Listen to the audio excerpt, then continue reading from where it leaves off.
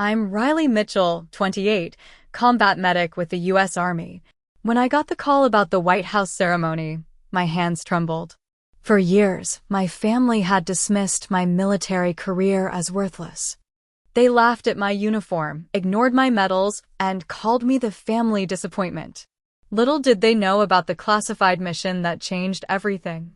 They were about to learn the truth from the most powerful man in the world. Before I tell you how the President of the United States changed everything, let me know where you're watching from and hit that subscribe button.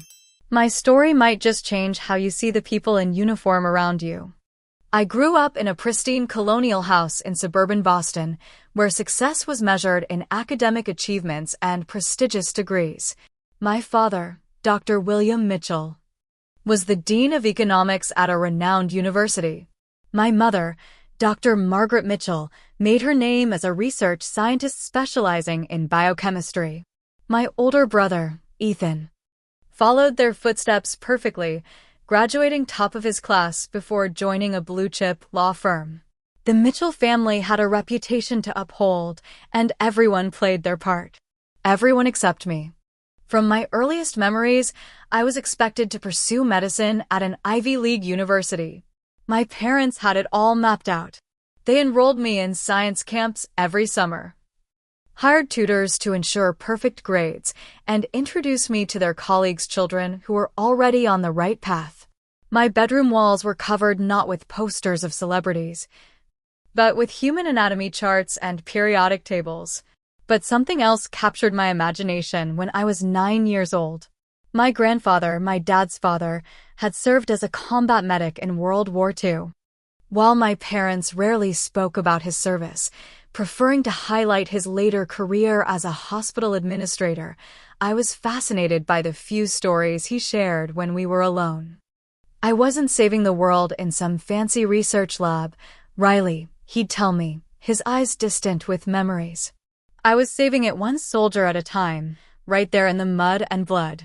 He showed me his medic badge once, explaining how he treated wounded men under fire in France.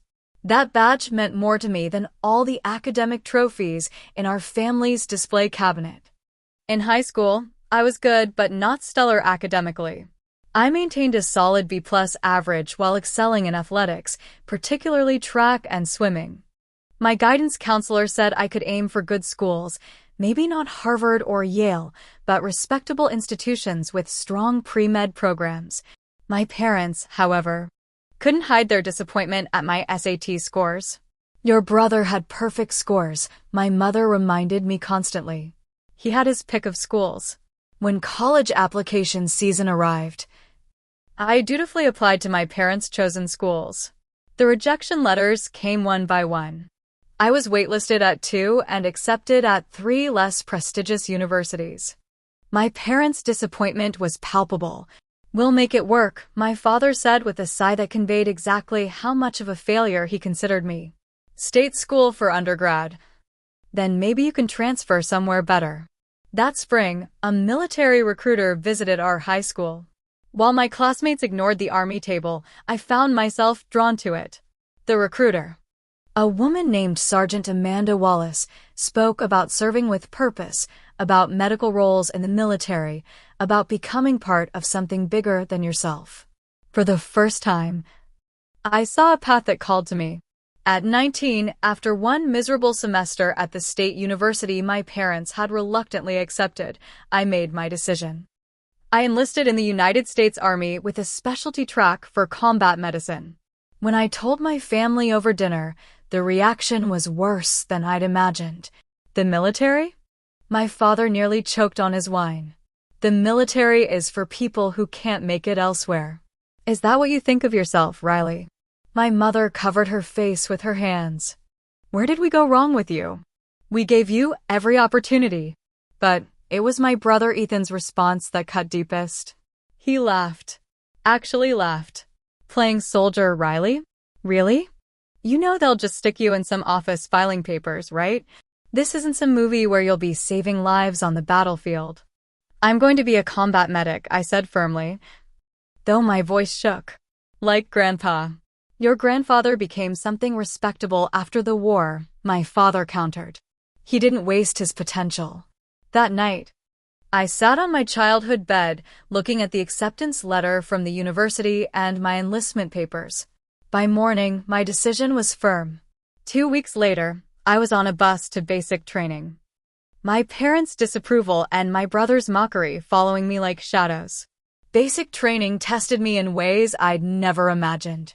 The physical demands were intense, but the mental challenges were even greater. For the first time in my life, I wasn't being measured against my brilliant family, but against my own potential. Drill sergeants didn't care about my SAT scores or my family's academic pedigree.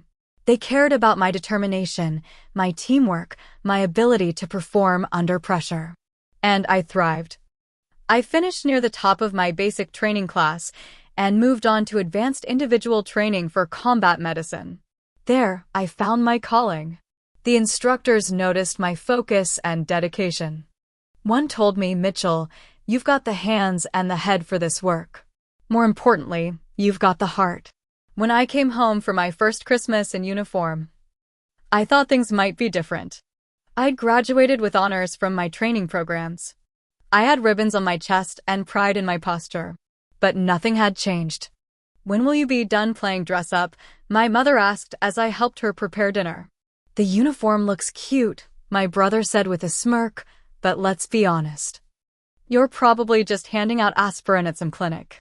They asked no questions about my training, showed no interest in what I'd learned or accomplished.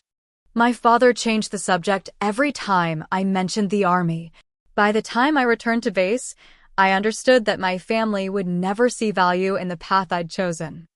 I would have to find that validation elsewhere. My training as a combat medic was intense and all-consuming. We learned to start IVs while wearing chemical protective gear, to apply tourniquets in the dark, to assess patients while under simulated gunfire. The instructors pushed us beyond what we thought were our limits, then pushed us further. In combat, you don't get second chances, they reminded us daily. Your training has to be perfect because the battlefield doesn't allow for mistakes. I discovered I had natural abilities that surprised even me. My hands remained steady during high-stress scenarios. I could memorize protocols quickly and apply them under pressure. My shooting qualified as expert level, and my physical fitness scores ranked among the top in my unit. For the first time in my life, I wasn't living in anyone's shadow. I was carving my own path. Upon completing my medical training, I was assigned to the 10th Mountain Division and soon received orders for Afghanistan. Before deployment, I called my parents, hoping they might show some concern or support. "Afghanistan," my mother said, her voice flat. "I suppose that was inevitable with your career choice. Just keep your head down." My father added, "No heroics. There was no 'be safe' or 'we're proud of you.' No care packages followed me overseas. No supportive letters arrived while my fellow soldiers received mail from home. But in Afghanistan, I found a different kind of family. My squad became the support system I'd never had. We shared our fears during long nights on guard duty, celebrated birthdays with makeshift cakes from MRE ingredients, and protected each other during missions outside the wire. Sergeant Lisa Jackson, our squad leader, became the mentor I'd always craved, tough but fair, demanding excellence while acknowledging achievement. 3 months into my deployment, our convoy hit an improvised explosive device. The blast flipped the lead vehicle, seriously wounding 2 soldiers inside. Without hesitation, I ran to the smoking wreckage. My medical bag clutched against my chest. Enemy fire crackled around us as I dragged Staff Sergeant Ryan Cooper from the vehicle and began treatment. His femoral artery was severed, blood pulsing onto the dusty road. "Stay with me, Cooper," I urged as I applied a combat tourniquet and started N4 under fire. The medevac helicopter arrived 14 minutes later, 14 minutes during which I kept him alive through manual pressure, fluids, and sheer determination. Captain Michael Williams witnessed my actions that day. "Mitchell, you have ice in your veins," he told me afterward. "Cooper would be dead if not for you." Word of the incident traveled up the chain of command. I received an Army Commendation Medal with the Device for Valor. When I called home to share the news, my mother responded, "That's nice. Dear, did you hear Ethan made junior partner at his firm?" As months passed, I grew into my role. I treated everything from battle wounds to common illnesses, earning respect from infantry soldiers who typically viewed support personnel with skepticism. I was promoted to sergeant ahead of schedule based on my performance. My commanding officer noted in my evaluation that I displayed exceptional medical skills under combat conditions and leadership beyond her years. During my 18-month deployment, I saved 11 lives in direct combat situations. Each time I stabilized a wounded soldier long enough for evacuation. I felt a purpose so clear and powerful that my family's disapproval seemed increasingly irrelevant.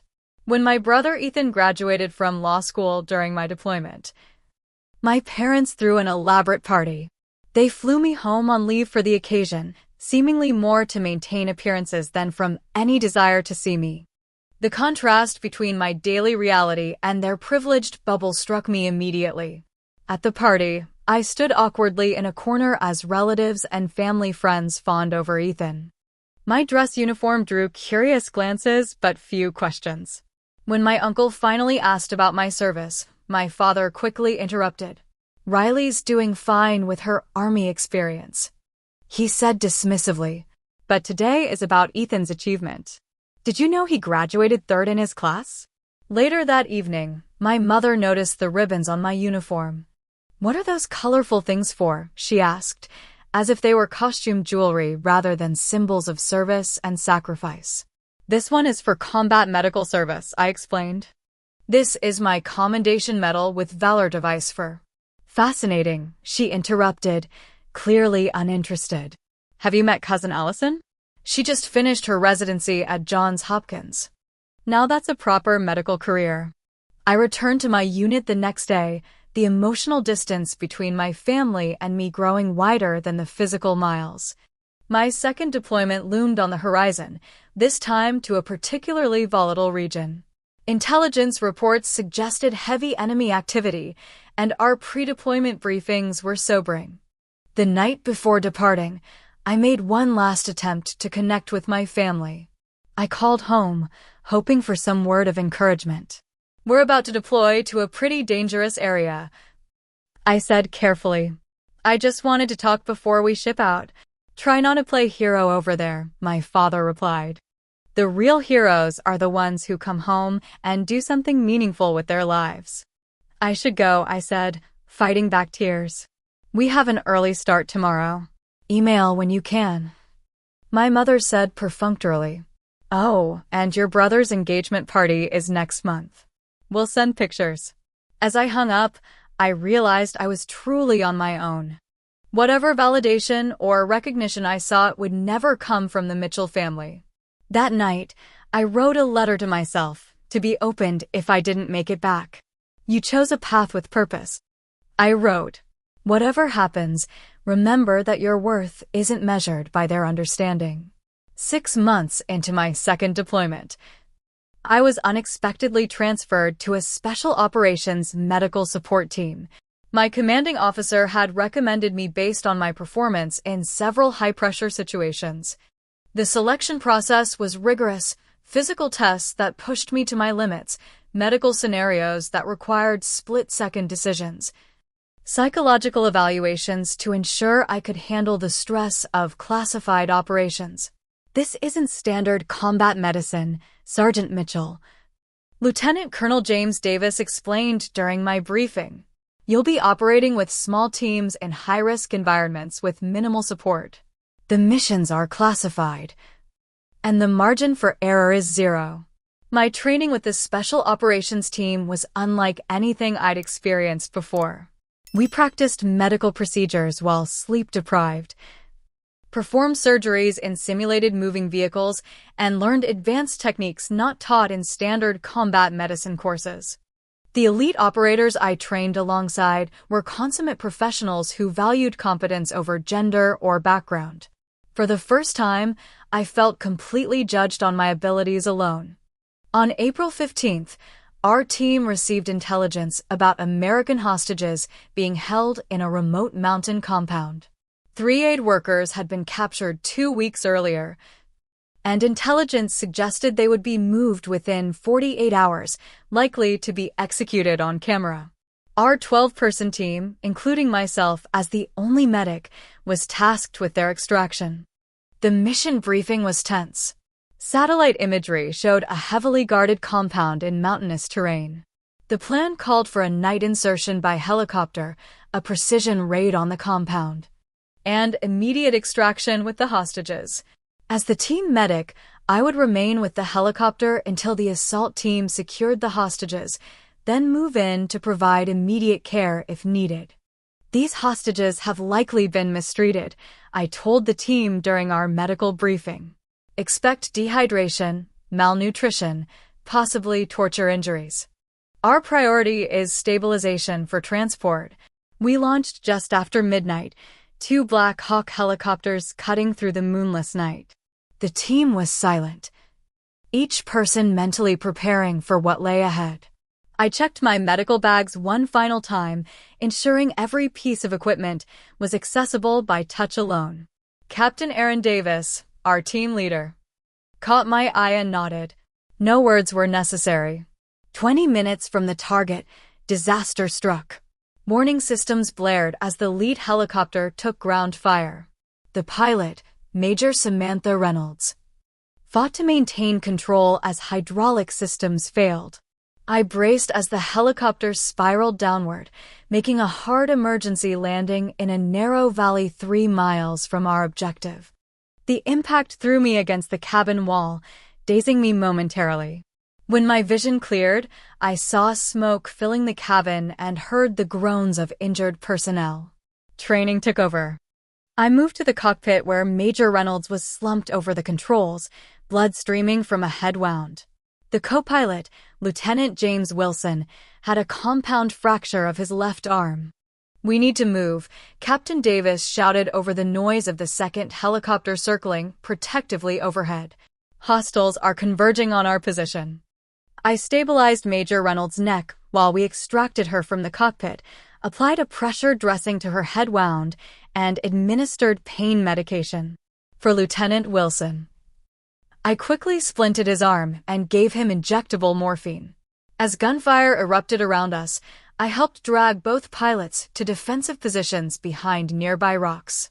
"Second helo can't land," Davis reported. "Too much enemy fire. We're on our own until they can clear an LZ."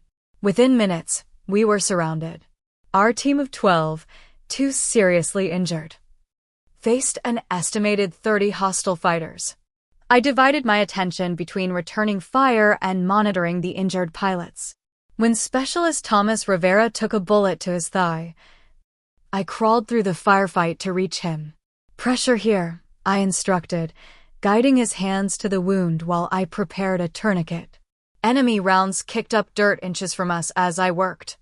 For 4 hours, we held our position, ammunition running dangerously low. I moved between the wounded, changing dressings, administering fluids, and maintaining airways.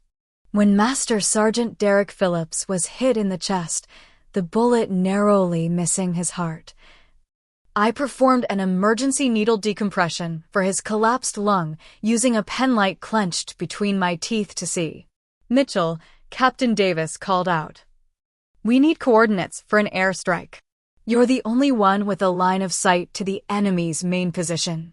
I crawled to the edge of our defensive perimeter, exposing myself to enemy fire to get the necessary visual. A bullet grazed my helmet as I called in precise coordinates over the radio. Minutes later, the thunder of fighter jets preceded an explosion that silenced half the enemy positions. As night gave way to dawn, our situation deteriorated further. Major Reynolds' condition was worsening, and we had 3 more wounded team members. When enemy fighters flanked our position, a grenade exploded near me, sending shrapnel into my left leg. The pain was immediate and intense, but there was no time to address it. Sergeant Kyle Bennett was critically wounded in the same blast. Despite my injury, I dragged him 20 yards to better cover. applied a chest seal to his sucking wound, and started in 4 while using my body to shield him from incoming fire. "Stay with me, Bennett," I urged, watching his oxygen saturation drop on my portable monitor. "Your kids need you to fight." By noon, enemy reinforcements had arrived. Captain Davis made the difficult decision to split our team. "Mitchell, you take the 4 most wounded and head east toward that ridgeline. The rest of us will create a diversion. 2nd Helo will extract you there." I organized the evacuation, creating improvised stretchers for Major Reynolds and Sergeant Bennett. My leg throbbed with every step as I led our small group through rugged terrain, constantly checking the wounded. We traveled through the night, evading enemy patrols, my medical supplies dwindling with each treatment. 48 hours after the crash, we reached the extraction point. The relief I felt seeing the helicopter approach was indescribable. As we lifted off, I finally allowed myself to examine my own wound. The shrapnel had torn through muscle, but missed major blood vessels, painful but not life-threatening. Back at base, I learned the remainder of our team had been extracted hours after us. The mission had been aborted, the hostages still in enemy hands. What I didn't know then was that the intelligence we gathered during those harrowing hours, specifically information I'd radioed about enemy positions and numbers, would prove crucial in a subsequent rescue operation that freed not only our original targets, but 24 additional hostages. Due to the classified nature of the operation, my actions received no public recognition. My injury earned me a Purple Heart, and a commendation was placed in my file. But the full story remained known only to those with appropriate clearance. When I called home from the hospital, my family seemed more inconvenienced than concerned by news of my injury. "So will this affect your contract with the Army?" my father asked. "Perhaps it's a sign you should consider a different direction." "It's just a leg wound," I replied, too tired to feel the hurt anymore. "I'll be back with my unit in a few weeks." The physical wound healed, leaving a jagged scar down my left thigh. The emotional scars, the nightmares, the hypervigilance, the guilt over Sergeant Bennett who didn't survive despite my efforts, were slower to fade. Yet through it all, I knew with absolute certainty that I had found my purpose. In those desperate hours, I had saved 15 lives through direct medical intervention. What I couldn't know was how many more would be saved because of what we'd accomplished. After 3 months of physical rehabilitation for my leg injury, I was granted 30 days of medical leave. The doctors had done their part, repairing the muscle damage and ensuring I regained full mobility. What they couldn't repair were the invisible wounds, the way I startled at sudden noises, the nightmares that left me gasping for breath, the moments when my mind transported me back to that valley of death. The mission remained classified. I could tell no one about those 48 hours, not even the therapist who tried to help me process the trauma. "I can't discuss the details," I repeated in session after session. "I just need to learn to live with what happened." I approached my family visit with a mixture of hope and dread.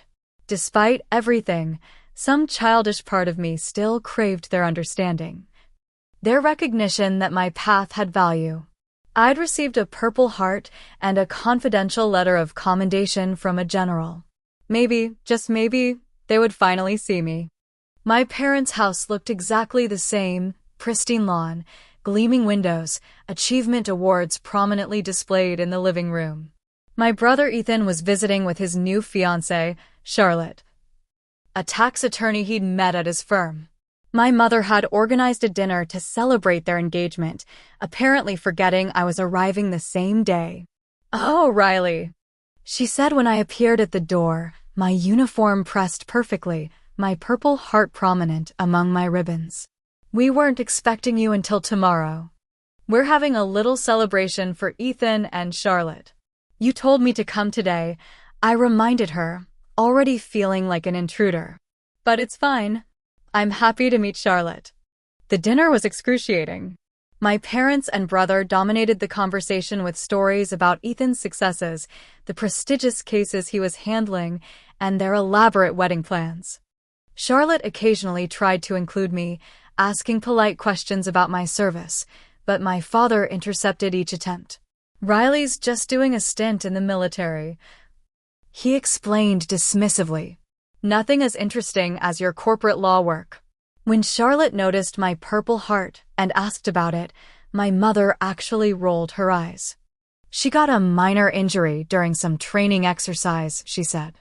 "The military gives out medals for everything these days." "It wasn't a training exercise," I corrected, my voice tight. "And the Purple Heart is specifically for wounds received in combat against enemy forces." "Combat," my brother scoffed. "Come on, Riley. You're a glorified nurse. You probably tripped over a tent stake or something." Something inside me snapped. Years of dismissal, of having my service devalued, of being treated as less than, it all boiled to the surface. "I was wounded by enemy fire while treating injured soldiers," I said quietly, dangerously. "I spent 48 hours evading enemy combatants while keeping 4 critically wounded teammates alive. One of them died in my arms despite everything I did." The table fell silent. My father cleared his throat uncomfortably. "Well, if you had gone to medical school like we wanted," he said finally, "you could be saving lives in a proper hospital instead of playing war hero." "Playing?" The word hung in the air. "You think I'm playing?" "What your father means," my mother interjected, "is that there are more respectable ways to practice medicine. Your cousin Allison is a wonderful doctor," I finished. "Yes, I know. You've mentioned her accomplishments approximately 47 times since I joined the Army." Ethan smirked. "Someone sensitive. Look, we all know you enlisted because you couldn't hack it academically. There's no shame in admitting that." I stood up slowly, my hands flat on the table to hide their trembling. "In the past 5 years, I've saved more lives than I can count. I've performed emergency procedures under enemy fire that most hospital doctors will never attempt in their careers.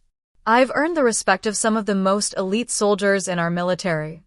And not once, have any of you asked me about what I actually do." My mother had the grace to look uncomfortable. "We just worry that you're wasting your potential." "Do you even tell your friends what I do?" I asked suddenly. "Do you mention to your university colleagues that your daughter serves in the Army? Or am I such a disappointment that you pretend I don't exist?" The flicker in my father's eyes told me everything. "The military is a perfectly respectable temporary career," he said stiffly. "We just always expected more from you." "Expected more?" I laughed bitterly. "I've been shot at, blown up, and operated on dying men with nothing but basic supplies and my training. I've held soldiers' hands as they took their last breaths. I've written letters to parents explaining how brave their children were in their final moments. What exactly were you expecting from me that would be more than that?" "A real career," my father snapped. "A respectable position in society. Not playing soldier in the desert. You've always been the family disappointment, Riley. The military was just your way of running from that fact." The words hit like physical blows. Family disappointment. Even though I'd heard the sentiment before, having it stated so explicitly tore something open inside me. I walked out without another word, ignoring my mother's half-hearted call to come back. In my rental car, parked in their perfect driveway beside their luxury vehicles, I finally allowed myself to break down. The tears came in racking sobs that shook my entire body. All the stress, trauma, and rejection poured out at once. My phone rang, not my family, but Staff Sergeant Monica Torres, my closest friend from my unit. "Hey, Mitchell, just checking in on your leave. How's the leg? How's the family reunion going?" I couldn't speak, could only manage choked sobs. "I'm on my way," she said immediately. "Text me the address." Don't move. 2 hours later, Torres arrived at the hotel where I'd checked in after fleeing my parents' house. She sat with me through the night as I finally talked about everything, the mission, the losses, the family who could never understand. Your worth isn't determined by people who don't understand what you do, she told me fiercely. It's determined by the lives you've saved, the soldiers who trust you with their lives, the missions you've made possible. When my leave ended, I returned to base with a request for reassignment. I needed distance, not just from the trauma of that mission, but from the deeper wound of family rejection. As I boarded the plane back to base, I felt lower than I had even in those desperate hours behind enemy lines. At least then, I had known my purpose. My reassignment came through quicker than expected. Walter Reed National Military Medical Center needed experienced combat medics to support their Wounded Warrior program. The position would allow me to use my field experience to help injured soldiers through their recovery process. It also meant I would be stationed within driving distance of Washington, D.C. Far enough from Boston to avoid casual family visits, but close enough if a real emergency arose. At Walter Reed, I found renewed purpose. The wounded warriors I worked with understood what I'd been through in ways my family never could. Many had served in similar operations, faced similar dangers. We spoke the same language, recognized the same nightmares. Captain James Rodriguez, who had lost both legs to an IED, became one of my regular patients. During his physical therapy sessions, we developed a rapport built on mutual respect. "You have a gift, Sergeant Mitchell," he told me one day after a particularly difficult session. "You understand both the physical and psychological aspects of combat injury. That's rare." I threw myself into my work, developing new protocols for pain management during physical therapy and creating support groups for soldiers dealing with combat trauma. My commanding officer, Colonel Patricia Wright, took notice. "Your innovations are making a difference," she told me during my performance review. "The recovery rates for patients in your program are 15% higher than standard protocols." Meanwhile, unknown to me, my former teammates from the Special Operations Unit had been sharing stories of my actions during our ill-fated mission. Captain Davis, now promoted to Major, had submitted a detailed account of my performance during those 48 hours to higher command. The intelligence gathered during our operation had indeed led to the successful rescue of the original hostages plus additional captives, and disrupted a terrorist network planning attacks on American soil. 6 months after my transfer to Walter Reed, I received a cryptic call from the Pentagon. "Sergeant Mitchell," said a formal voice I didn't recognize, "please report to the office of the Secretary of the Army at 0900 tomorrow. Dress uniform required." My stomach nodded. Such summons rarely meant good news. Had something in my confidential records been questioned? Was there an investigation into the failed mission? I spent a sleepless night reviewing every decision I'd made during those critical hours. When I arrived at the Pentagon, I was ushered into a private office where a brigadier general waited alongside a civilian in a dark suit. "Sergeant Mitchell," the general began, "I'm General Robert Harris. This is Mr. Andrew Collins from the White House Military Office." My confusion must have shown on my face. "Sergeant," Mr. Collins said, "the actions you took during Operation Silent Retrieval have been reviewed at the highest levels. Due to the classified nature of the operation, proper recognition was delayed. That oversight is being corrected." General Harris slid a folder across the desk. "You are being awarded the Distinguished Service Cross for extraordinary heroism in connection with military operations against an armed hostile force.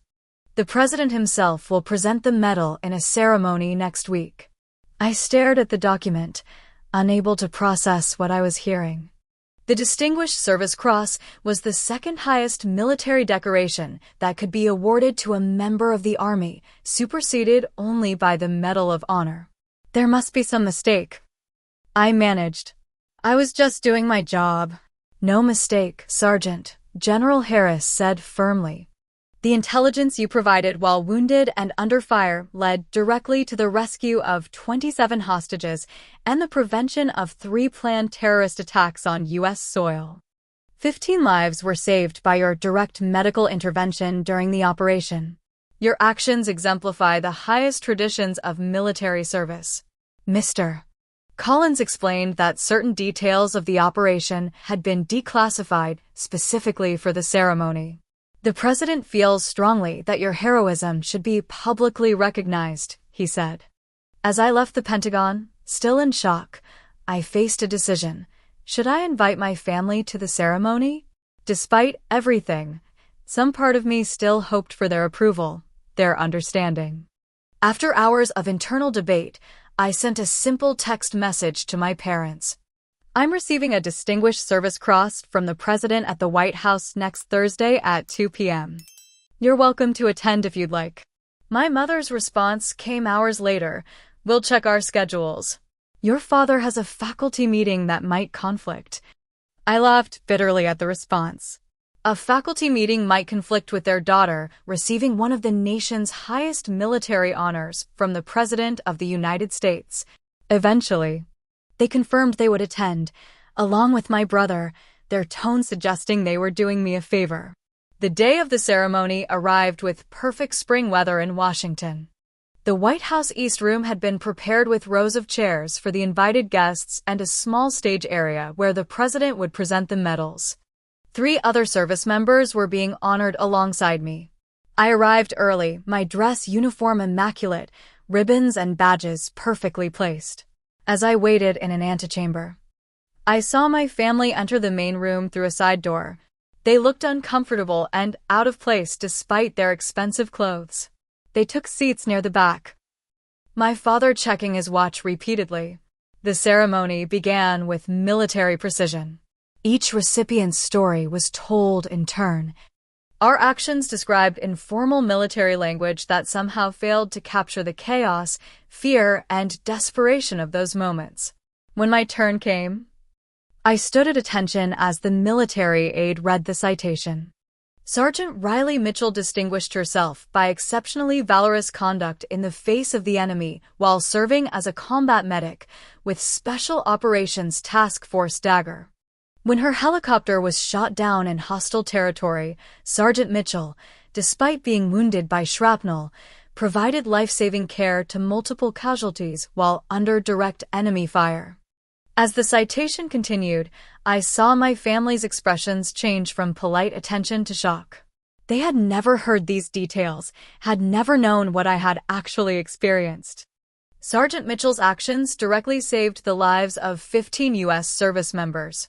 Additionally, intelligence she provided while under fire was instrumental in a subsequent operation that rescued 27 hostages and prevented planned terrorist attacks on U.S. soil. The president stood then, a rare departure from protocol. He looked directly at me as he spoke. The citation doesn't tell the whole story, he said. Sergeant Mitchell didn't save just her team. She made possible the rescue of innocent civilians being held for execution. She helped prevent attacks that would have taken American lives on our own soil. Today, we recognize her extraordinary courage under the most extreme circumstances. He offered me a formal salute before placing the medal around my neck. Sergeant Riley Mitchell, he said, his voice carrying through the silent room. You saved more American lives than anyone will ever fully know. The weight of the medal against my chest felt surreal. The president shook my hand firmly, then leaned closer to speak privately. My brother was one of those hostages, he said quietly. Our family owes you a debt we can never repay. I blinked back tears as I returned to my position. The room erupted in applause. Everyone standing except my stunned family, who seemed frozen in their seats. The formal ceremony transitioned to a reception in an adjacent room. Military officials, politicians, and family members of the honorees mingled over refreshments. I found myself surrounded by high-ranking officers offering congratulations and thanks. Your actions exemplify the best of our medical corps, said the Surgeon General of the Army, shaking my hand firmly. A group of civilians approached, introduced by a State Department official. Sergeant Mitchell, these are some of the aid workers you helped rescue, she explained quietly. A woman with kind eyes embraced me tightly. They told us what you did, she whispered. how you provided the intelligence that made our rescue possible. I have a 5-year-old daughter who still has her mother because of you." Camera flashes popped around us as media documented the moment. The public affairs officer had warned me the ceremony would receive press coverage, though certain operational details would remain redacted from public accounts. Through the crowd, I spotted my family standing awkwardly near the wall, looking unsure of themselves for the first time in my memory. My father's usual confident posture was diminished, my mother's social smile replaced by an expression of confusion. My brother Ethan stared at me as if seeing me for the first time. They approached hesitantly, clearly intimidated by the military and government officials surrounding me. "Riley," my father began, his voice lacking its usual authoritative tone. "That was quite a ceremony." "Thank you for coming," I replied formally, maintaining the emotional distance that now felt necessary for self-preservation. "We had no idea," my mother said, her voice small, "about any of this." "You never asked," I responded simply. My brother cleared his throat. "Those things they said you did, that was real?" "All of it." Before I could answer, Major Davis, my former team leader, appeared at my side. "Mitchell was the best combat medic I've ever worked with," he said, not bothering to introduce himself. When we were surrounded and taking fire from 3 directions, she crawled across open ground to treat a wounded soldier. Shrapnel in her own leg, and she still dragged him 20 yards to cover. My family stared, speechless. "I should check on Captain Rodriguez," I said, seeking escape from their uncomfortable scrutiny. "He's one of my patients from Walter Reed." "Of course," my father said, his usual dismissive tone noticeably absent. As I turned to leave, General Harris intercepted me, putting a fatherly hand on my shoulder. "Mitchell, I wanted to introduce you to the Joint Chiefs Chairman. He's heard about your innovative work with wounded warriors at Reed." I caught a glimpse of my family watching this interaction, their expressions a mixture of shock and dawning realization. Throughout the reception, similar scenes played out. Senior military leaders sought me out for conversations. Fellow soldiers treated me with obvious respect. Medical directors discussed my treatment protocols. Each interaction further demolished my family's perception of my military service as something less than significant. Later, as the event wound down, I found myself momentarily alone when my brother approached. "Riley, I owe you an apology," he said, uncharacteristic humility in his voice.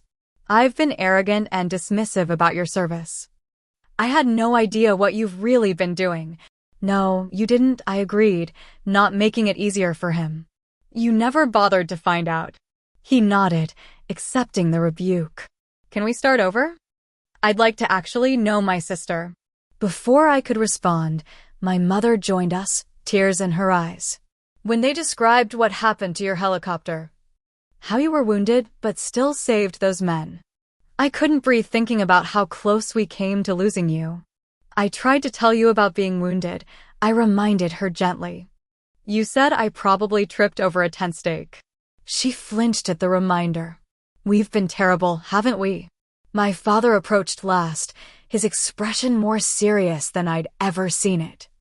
"I saw how those generals spoke to you," he said quietly, the respect in their eyes. "I've been in academia for 40 years and never earned the kind of respect you have from these people." I maintained my composure, unwilling to break down here. "I should join the other recipients for the official photographs," I said, neither accepting nor rejecting their overtures. As I walked away, Staff Sergeant Torres fell into step beside me. "Your family looks shell-shocked," she observed. "They're seeing me for the first time," I replied. "Want to ditch this place after the photos? The team is gathering at O'Malley's to celebrate properly." I smiled, genuinely this time. "My real family?" "Absolutely." As we posed for photographs, the president spoke privately to each recipient. When he reached me, he asked, "Those people who looked uncomfortable, are they your family?" "Yes, Mr. President." "They're seeing you clearly today," he said perceptively. Sometimes people need someone else to point out the extraordinary person standing right in front of them. After the reception, I changed into civilian clothes and joined my fellow soldiers at a local bar where the celebration continued without cameras or formality. Stories were shared, some solemn, some hilarious. No one needed to explain the significance of what we'd experienced. Everyone at the table understood. My phone buzzed repeatedly with messages from my family, but I set it aside. There would be time for that conversation later. Tonight belonged to the people who had recognized my worth long before a presidential ceremony. The next morning, I read a news article about the ceremony. There was a photo of my family watching as I received the medal, their faces masks of astonishment. The caption read, "Family of DSC recipient Sergeant Riley Mitchell witnesses recognition of her heroism." They were spectators to my story, no longer its authors.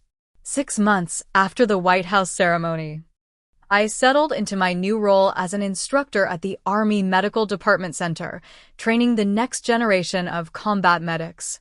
My experiences, both the classified operation and my innovative work at Walter Reed, had led to this position where I could shape the future of military medicine. The Distinguished Service Cross had changed many things in my professional life: accelerated promotions, new responsibilities, invitations to speak at medical conferences. But the most profound changes had occurred in my personal life, particularly with my family. 3 weeks after the ceremony, my father had appeared unannounced at my apartment in San Antonio. Standing awkwardly at my door in casual clothes, something I'd rarely seen him wear, he asked if I would show him around the base where I worked. "I'd like to understand what you do," he said simply. "If you're willing to show me." That day marked the beginning of a slow, often uncomfortable rebuilding. My father, the prestigious academic, asked questions and actually listened to the answers. He watched with genuine interest as I demonstrated emergency medical techniques to a class of trainees. When a senior officer greeted me with obvious respect, I saw pride rather than dismissal in my father's eyes. "I've been arrogant," he admitted over dinner that evening. "I measured success by such narrow standards that I couldn't see the value in what you've accomplished." My mother made her own attempts at reconciliation, with awkward phone calls that gradually became more natural. She sent care packages to my new address, something she'd never done during my deployments. Inside one box, I found my grandfather's military photo and medals, items I'd never seen displayed in their home. "Your grandfather would have been so proud," her note read. I should have made that connection sooner. My brother Ethan made perhaps the most surprising change. He began volunteering with a veterans legal aid program, offering pro bono services to help former service members navigate benefits and disability claims. During one of our now regular phone calls, he explained, "I wanted to understand your world better. These veterans have opened my eyes to what service really means." 3 months after the ceremony, I agreed to attend a family therapy session during a visit home. In that sterile office with a compassionate but firm therapist, my parents finally articulated what had driven their dismissal of my military service.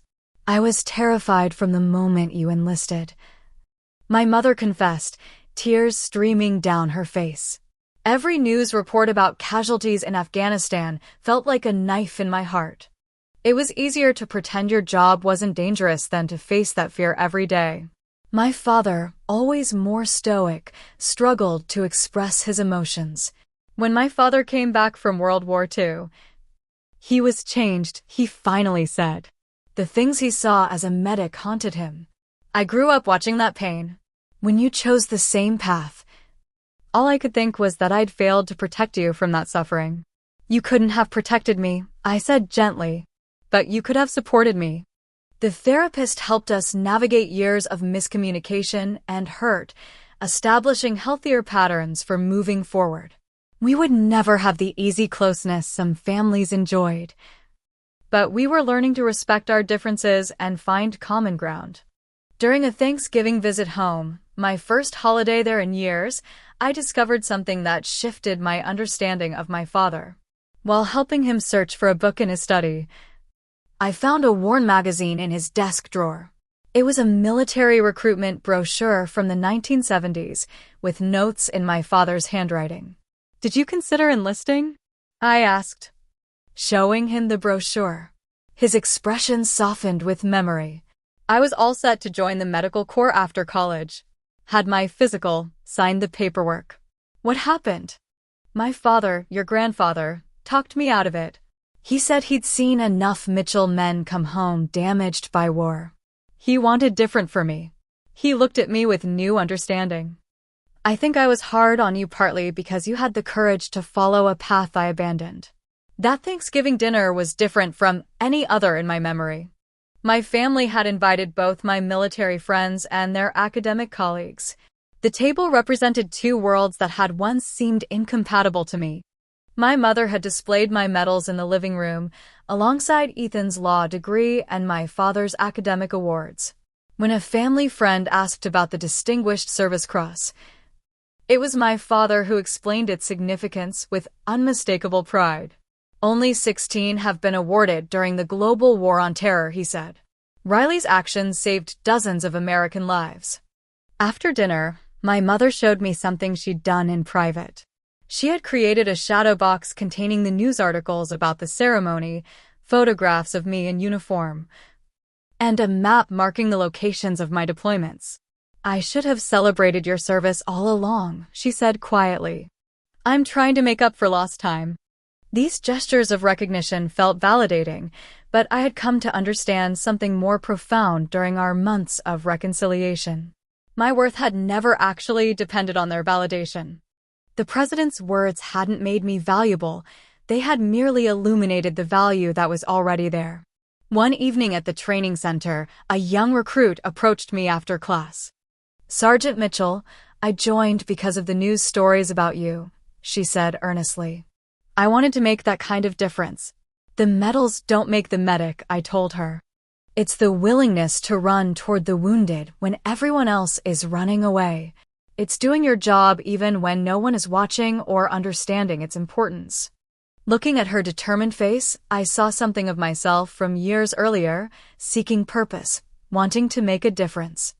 The difference was that she had begun her journey with public recognition I had craved for years. Would that recognition have changed anything fundamental about my service or my character?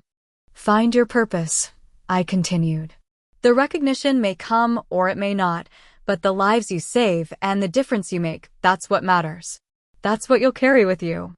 As I spoke those words, I realized I was finally free from needing my family's approval. The president's words had changed how my family saw me, but the truth was, I'd already saved myself long before he said I saved others. Today, my family relationships continue to heal, boundaries firmly in place, but with genuine effort on all sides. My father recently attended a military medicine conference where I presented, sitting in the front row and asking thoughtful questions. My mother calls regularly, listening more than talking. My brother and I have discovered common ground in our different types of service. What about you? Have you ever had your worth questioned by those who should have valued you most? Have you found validation from unexpected sources that changed how others saw you? I'd love to hear your stories in the comments below. And if this journey resonated with you, please hit that subscribe button and share this video with someone who might need to hear that their worth isn't determined by others' recognition. Thank you for listening to my story. And remember, sometimes the people who understand your value least are those who should know it best.